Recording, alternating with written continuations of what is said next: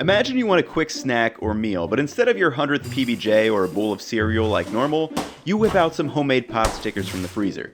In less than 9 minutes, you have a crisp but chewy gyoza bursting with aromatic flavor. Oh, and did I mention that a plate of 10 is under 500 calories? These things are so easy to make, and I'm absolutely addicted.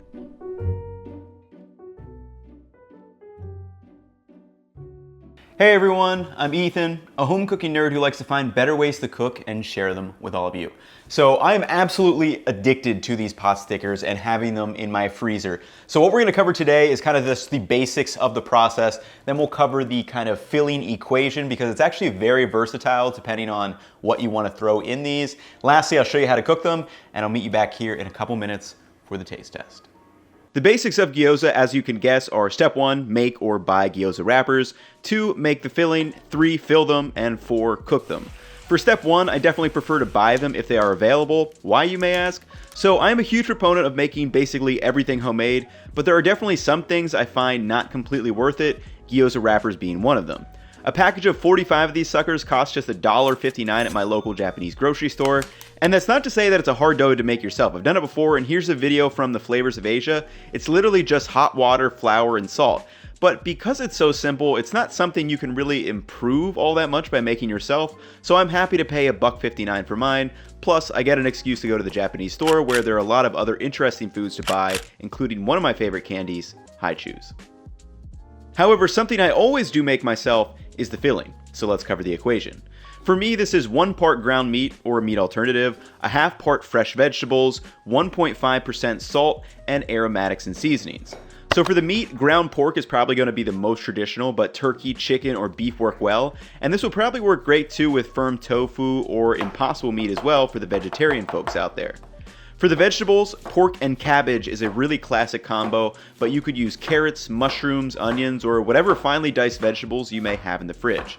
Then 1.5% salt is a typical amount used for well-seasoned sausage, just like my kielbasa and kofta videos. Lastly are aromatics and seasonings.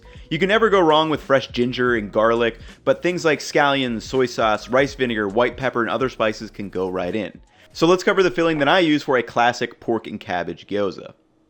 So to start, thinly slice 200 grams of plain green cabbage across, and then chop it into small pieces. Now I'm just using plain green cabbage because my local grocery store didn't have Napa cabbage, but you could definitely use that here, or like I said, any of the other vegetables in this case.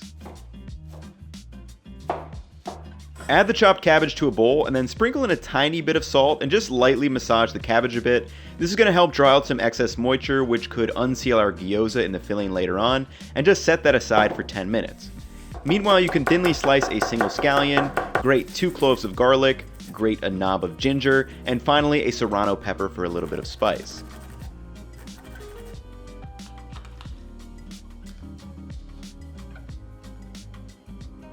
Also during this time, I had to hand chop some boneless pork chops because my grocery store was out of ground pork.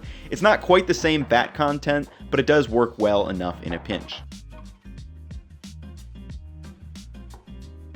With all the other ingredients now prepped, you're going to pour the cabbage onto a towel and try to wring out any excess moisture. Now there's not going to be a ton like potatoes, but you should definitely feel the towel soaking up some water.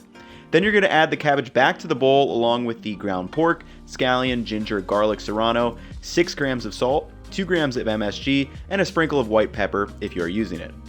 Now mix the filling with your hands really well until it becomes a cohesive mass and starts to stick together.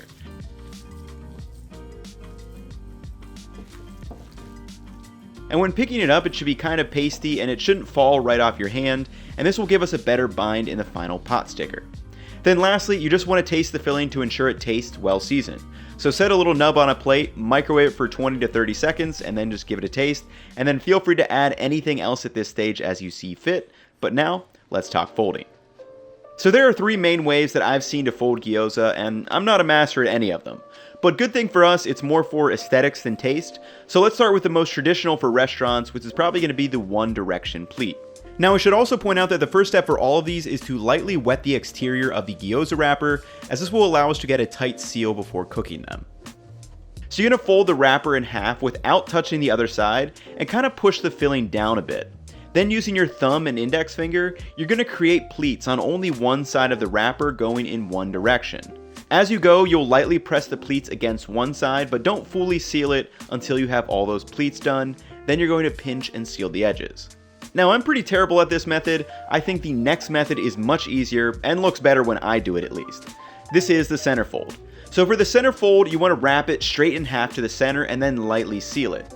Then using your thumb and index finger, you're going to make 3 to 4 pleats on the right side of the center fold and pressing each pleat tightly against the back of the wrapper. Then you're going to repeat that process with 3 to 4 pleats on the left side of the center fold.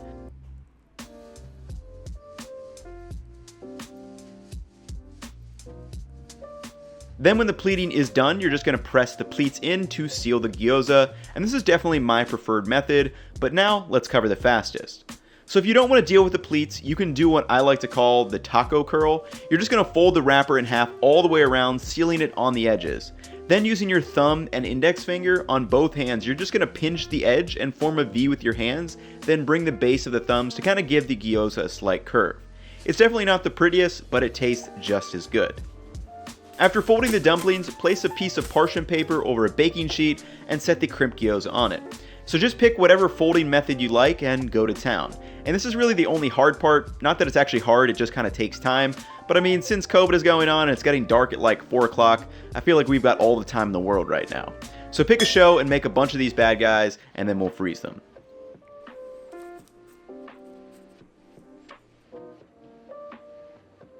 Once the gyoza are crimped, you're just going to toss them in the freezer for about 60 minutes to harden up.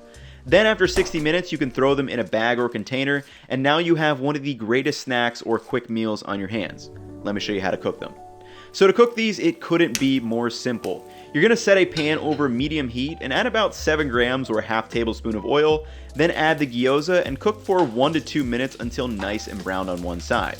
You don't even have to defrost or do anything, literally you just take them right from the freezer. Once nice and browned on one side, you're going to add in about a half cup of water and immediately cover it with a lid. Then let the gyoza steam for about 4 minutes, during which they will get completely cooked through. Lastly, you're going to pull the lid off and let cook for another 1 to 2 minutes. Then you can move the gyoza to a plate and serve with a dipping sauce.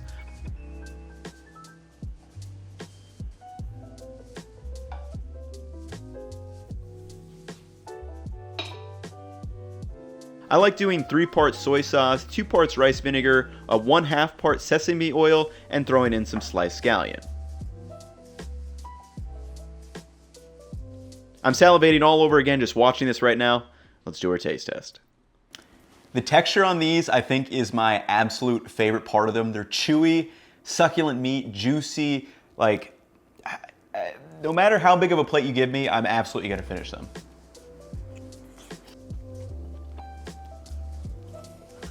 Literally like mouth-wateringly good. Like I can't describe it. I mean, if you guys have had pot stickers, you know they're thoroughly addicting. All the frozen ones that I've made don't last long in the freezer. I constantly find myself, I'll just make like 3 at a time sometimes, just because they're there and I'm like, let's just make some. And another amazing thing about these is just how versatile they are. I mean, you could make them healthier, you know, use lean ground turkey or ground chicken or something. You could make them vegan, use like impossible meat or tofu or just some kind of vegetable base. So they're supremely versatile in that aspect. And then obviously you can actually just boil these too. Like if you don't want to fry them up in oil or anything, you know, cut some calories out this way. So a supremely versatile thing that, I mean, it takes a couple hours to make them just because you need to roll them up. But it's really kind of a monotonous activity. Like I was throwing on some Netflix, just watching a show, watching a movie, hanging out for a couple hours. So hopefully you guys have enjoyed the video. The recipe will be up on my website if you guys want to check it out. I'll catch y'all on the next one. Peace.